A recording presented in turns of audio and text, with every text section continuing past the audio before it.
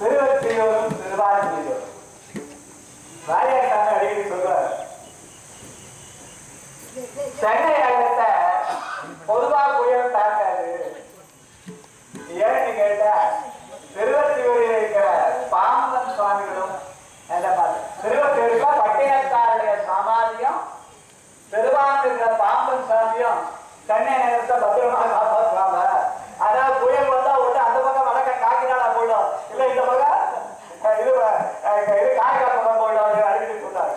அதனால நம்ம சென்னை நகரை கிழக்கிலே காப்பாற்றிக் கொண்டிருக்கிற இடையில கபாலீஸ்வரர், கபாலீஸ்வரரை இங்கே இருந்து கொண்டு ஒற்றி பெருமானையும் திருவான்மியூர் பெருமானையும் பாடி கிழக்கு கிழக்கை சென்னை நகரத்தை கிழக்கு கடற்கரை இருக்கிற 3 தலங்களுக்கும் உரிய பாடல்களை பாடி நம்மை மகிழ்வித்த சத்ருன் ஐயா அவர்களுக்கு நன்றி சொல்றேன். எவ்வளவு நேரம் நன்றி சொல்றேன். சின்ன வேலையா இதுக்கு போயிருந்தேன். இந்த பணக்காட்ட போன ஊர்ல அங்க ஒரு நண்பர்கிட்ட பேசியிருந்தப்போ, ஐயா நாளைக்கு என்ன விசேஷம் கேட்டாரு. நான் திருக்கடூர்ல படிவிழா நடக்குது, அங்க போகணும் அப்படின்னு. படிவிழா யாரெல்லாம் பாடுறதுன்னு கேட்டாரு. நம்ம மயிலாப்பூர் கபாலீஸ்வரரே வந்து பாடுறாரு, சத்ருநாயை வந்து பாடுறாரு. அவர் என் பக்கத்து கிடையாது. என்ன கேட்டா சிவாஜாச்சாரில போய் தேவரத்தை எந்த பாட்டு எடுத்தாலும் முதல் பாட்டு அர்ஜுனாயிரம் இருக்கும். 792 பதியத்தையும் பாட்டு அதனால எந்த பாட்டு வேணாலும் பாட சொல்லி அவரை கேட்க முடியும், அந்த உரிமை உள்ளது. அந்த மாதிரி சிறப்புக்குரிய அவர்கள் இங்கே நமக்காக ஒத்தியூர் புரிய பாடுவதை வாத்தியூரை பாடி கபாலீஸ்வரர் வென்றார். அதாவது கபாலீஸ்வரர் பாடியும் பாடுகிறார்.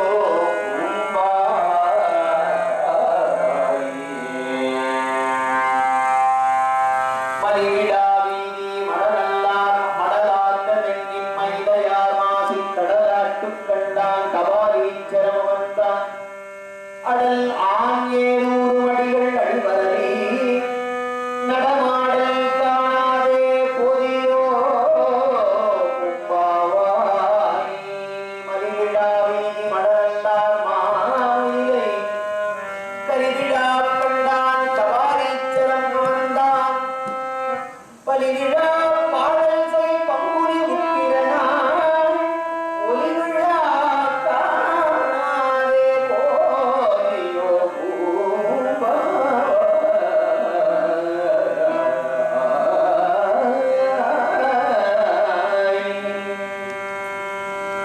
தன்னாரர் கண்ணோள் சாய்த்து வந்த காடினான் கண்ணாரை கவாலீச்சரம் அமர்ந்தான் பண்ணார் பதினெண்கணங்களும் அட்டவினாள் கண்ணாரர் காணாரே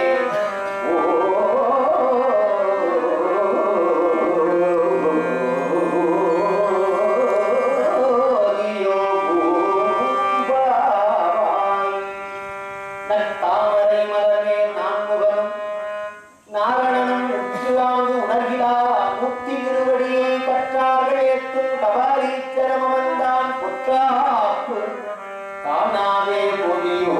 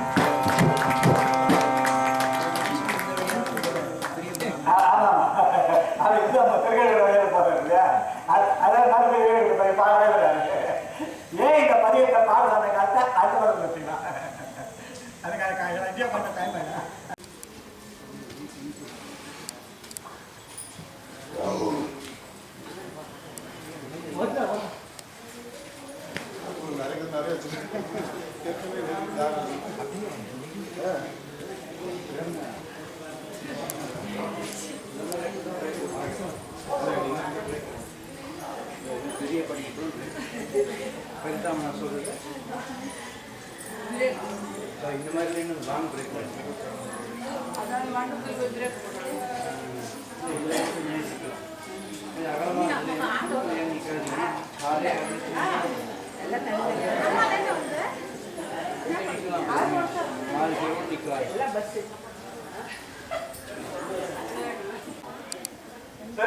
பதிகம் பாட்டு மாட்டேன்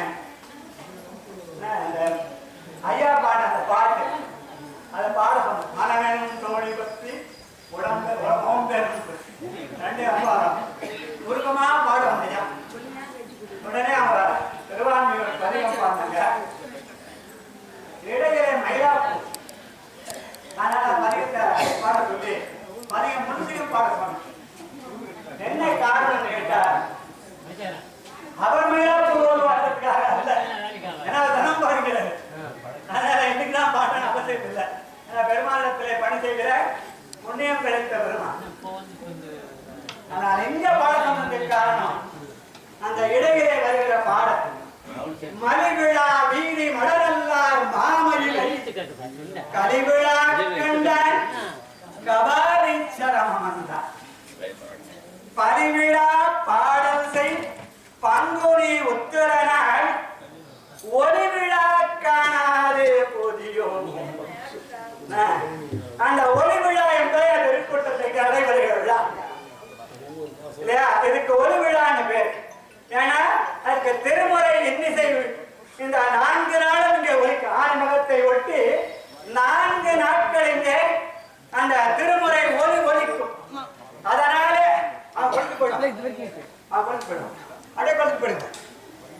அந்த ஒலி இங்கே ஒலிக்கும். அதனால இந்த விழாவுக்கு ஒலி விழா என்று பேர். அதனால அந்த பதியத்தை இங்க பாட சொன்னேன்.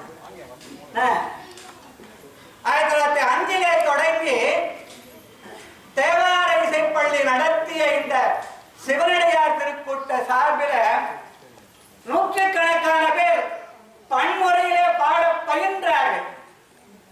ஆனால் 40 ஆண்டுகள் கழித்து 1905 இருந்து 40 ஆண்டு கழித்து 45ஆம் ஆண்டிலே இந்த இடத்திலே வந்து தொண்டை நாட்டினுடைய குருத்தலமான இங்கே வந்துதான் திருமுறை விழா நடத்த வேண்டும் என்று அழகரடிகளார் சொன்ன காலத்தில் இந்த 3ஆம் நாளாகிய ஆனை ஆயில்ய நன்னாள், நாளைக்கு ஆணி மகம், இன்னைக்கு ஆணி ஆயிலும். ஆணையில் என்ன சிறப்பு? திருமுறை எழுதப்பட்ட நாள். முந்தன் நாள் இரவுதான் அடிவார பெருமானத்தில் சொல்லலாம் எழுதி வாங்கி அந்த பழத்துல வச்சுட்டு போயிட்டார். மறுநாள் காலையில் அந்த பாத்திரம் எடுத்த உடனே அங்க வந்தது. அவரை போய் கேட்டாங்க, ஒலி வந்து போயிட்டார். ஆனால் ஆணி மகத்திலே குரு பூஜை என்றார். ஆணி ஆயில்யத்தில்தான் திருவாசகம் எழுதப்பட்ட நாள். அந்த திருவாசகம் எழுதப்பட்ட நாளிலே இங்கே படிவிழா நடத்தி மறுநாள் ஆணிமகம் நடத்தது அந்த சிவனடியார் திருக்கூட்ட மரபு. 1905 நூற்றுக்கணக்கான பேர் திருமுறை பயின்றால் கூட 40 ஆண்டுகள் எடுத்து இங்க படிவிழா தொடங்கிய காலத்திலே அதை திருமுறை இன்னிசை விழா என்று பெயர் சூட்டினாலும் இந்த படியிலே ஏறி திருமுறை பாடுவதற்கு ஆளில்லாமல் போனது. உண்மையிலும் உண்மை. கடைசியில் யார் தெரியுமா வச்சு பாடினாங்க? முதல் இங்க படிவிழா 45 பித்துக்குழு முருகதாஸ் வந்து பாடினார். அவர் பாடதான் பாட்டு. முருகா முருகா முருகா பாடுவார். மேல இருந்து வேலை தருவார். ஆனா முருகன் தான் பாடுவார். அவர் தான் வந்து இங்க பாடினார். திருமுறை பாடுறதுக்கு ஆள் இல்லை. என்னென்னமோ முயற்சி பண்ணி பார்த்தாங்க. கடைசியாக எங்களுக்கு கிடைத்த தங்கம் திருமுறை தருமபுரம் சுவாமிநாதன் ஐயா. 1965 20 ஆண்டுகள் கழித்து 1965 அவர்களை தேடி கண்டுபிடித்து இங்கே பாடுவதற்கு அழைத்த போது அவர் பாட தயாராக இருந்தார். ஆனால் அவரை பணி கொண்ட தர்மயாதீனம் அவரை இங்கே அனுப்ப தயாராக இல்லை. அங்க தம்பரான் சாமி முடியாதுன்றார். அவருக்கு மடத்து பணிக்காக அமர்த்தப்பட்டிருக்கிறார். வெளியிலெல்லாம் போய் பாடக்கூடாது, இங்க மட்டும்தான் பாடினா யார் வேண்டாலும் இங்க வந்து அவர் பாட்டை கேட்கலாம். தரா அவர் வந்து வெளியில பாட மாட்டார். மிகப்பெரிய போராட்டத்துக்கு பிறகு அப்போது நான் கல்லூரியில சேர்ந்திருந்த காலம், இங்கே செயலாளராக இருந்து பின்னாளிலே தலைவராக இருந்த மாரா சம்பந்தம் அவர்களையும் அடுத்து செயலாளர் வந்த ஐசு சுந்தரம் அவர்களையும் அழைத்து கொண்டு நேராக மயிலாடுதுறை தருமபுரி ஆதீனத்துக்கே போய் அப்பொழுது ஆதீனத்திலே இருந்த 25வது குருமகா சன்னிதானம் அவர்களிடத்திலே போய் காலிலே விழுந்து விண்ணப்பித்து ஒரு சிறப்பு அனுமதி பெற்று அதுக்கப்புறம் இங்க அழைத்து வந்து அதுக்கப்புறம் இங்க அவரை பாட வச்சோம். அப்புறம் தான் இங்கே திருமலை ஒலித்தது. அந்த நாளில் இருந்து இந்த நாள் வரை 60 ஆண்டுகளாக இங்கே நடக்கிற விழா ஒலி விழா என்பதனால அந்த ஒலி விழா பாட்டை பாட சொல்ல கேட்ட அந்த மலி விழா பாட்டை இன்னொரு முறை பாடுவாங்க ஐயா. மலி விழா அர்த்தமில்லாம எதுவும் செய்யறதில்லை.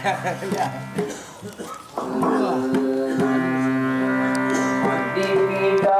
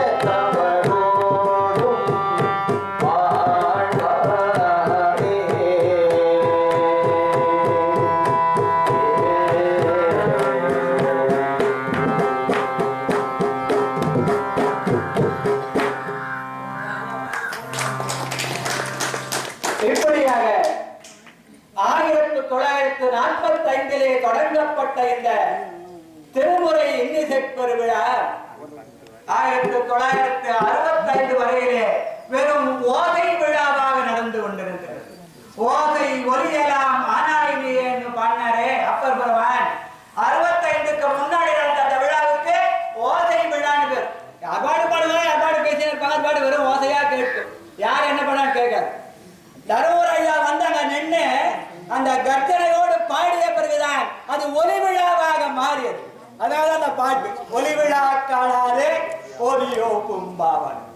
அந்த 65 தொடங்கி இன்றைக்கு 2025 வரைக்கும் 60 ஆண்டுகளாக இந்த விழா ஒலி விழாவாகவே நடந்து கொண்டிருக்கிறது.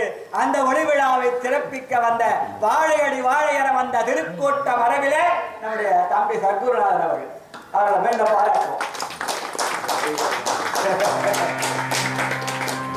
அந்த ஒலி விழாவிலே இந்த விழா தொடங்கி இன்று 80 ஆண்டுகள் முடிந்து 81வது ஆண்டு 1945 ஆரம்பித்த விழா. நடுவில் 2 நாள் அந்த கொரோனா நடுவில், ஆனால் 78 போட்டார் கணக்கு. ஆனால் 80 ஆண்டு முடிந்து இது 81வது ஆண்டு. அதனுடைய நினைவாக இங்கே இன்று மாலையில இங்கே ஒரு அருமையான நூல் வெளியீடு ஒன்று செய்ய இருக்கிறோம். இந்த திருக்கழுக்குன்றத்திலே மணிவாசக பெருமான் பாடிய அந்த திருக்கழுக்குன்ற பதிகம் 8ஆம் திருமுறையிலே 30வது பதிகமாகிய தலத்தின் பெயரை வைத்து அமைக்கப்பட்ட ஒரே திருவாசகம் திருக்கழுக்குன்ற பதிகமாகிய அந்த 30வது பதிகம். அத குரு தரிசனம்னு போட்டிருக்கு. அந்த குரு வந்து இங்கே வந்து நான் குருவை தேடி போல, அவர் வந்து ஆட்கொண்டார். என்னை வந்து காட்டினாய் கழுக்குன்றிலே என்று 7 பாட்டிலையும் பாடியிருப்பார். அதனுடைய விளக்கத்தை இந்த விழாவுக்கு முக்கிய காரணம் அந்த அழகரடிகளார் அவர்கள் 1951 ராயபுரத்திலே இறைபடி கழகத்தின் சார்பிலே மார்கழி மாதத்திலே திருவாதிரை நன்னாளிலே அந்த 7 பாட்டுக்கும் ஒரு நாளைக்கு ஒரு பாட்டு விதமாக 7 நாள் அதை விளக்க உரை செய்தார்கள். அந்த விளக்க உரையை குறிப்பெடுத்து அதை 52 அடுத்த ஆண்டு 7வது ஆண்டிலே அந்த திருக்கழுக்குன்ற திருப்பதிக விளக்கம் தலைப்பிலே 52 சிவனடியார் திருக்கூட்டலே அந்த நூல் அந்த மாறா சம்பந்தம் செயலாளராலே வெளியிடப்பட்டது. அதனுடைய மறுபிறப்பு இப்ப கிடைக்கல நிறைய பேர்கிட்ட. அதனால இந்த ஆண்டு 81வது ஆண்டு நினைவாக அந்த நூலை மறுபிறப்பு செய்ய வேண்டும் என்று சொல்லி அதை பெரிய 6 மாத போராட்டங்களுக்கு அந்த நூலை வெளிக்கொண்டிருக்கிறோம். இன்றைய மாலையிலே அந்த நூல் வெளியிடப்பட இருக்கின்றது. 4 பேரிலே மணிவாசகர் ஊஞ்சல் விழாவிலே அந்த நூல் வெளியிடப்படும். நீங்கள் எல்லாம் வந்து அந்த விழாவிலே கலந்து கொண்டு அந்த நூலை பெற்றுக்கொள்ள வேண்டும். அது ரொம்ப அருமையான நூல். முதல்ல அது வந்து ஐயா இலவசமா கொடுத்துடலான்னு சொன்னாங்க. அருமையான பொருள் எல்லாம் இலவசமா கொடுக்கூடாது ஐயா, அதனால காசு கொடுத்து தான் வாங்கணும் அப்படின்னு சொன்னேன். அப்ப ஐயா நம்ம கோவிந்தர் ஐயா சொன்னார், ஐயா நம்ம விளம்பரத்துக்கு வியாபாரத்தில் செய்யறது இல்லையா, அதனால அப்படி வேண்டாம் ஐயான்னு சொன்னாரு. நான் சொன்னேன் அப்படி இல்லை, அந்த புத்தகத்தை வெறுமனே கொடுத்தா எனக்கு கொண்டு எங்க சித்துப்பா கொண்டு சொல்லி ஆளு கொண்டு கையில வாய்மை போட்டு பொண்டம் கட்டுறாங்க, அருமை தெரியாது. அதனால அதை விலையாக கொடுக்காமல்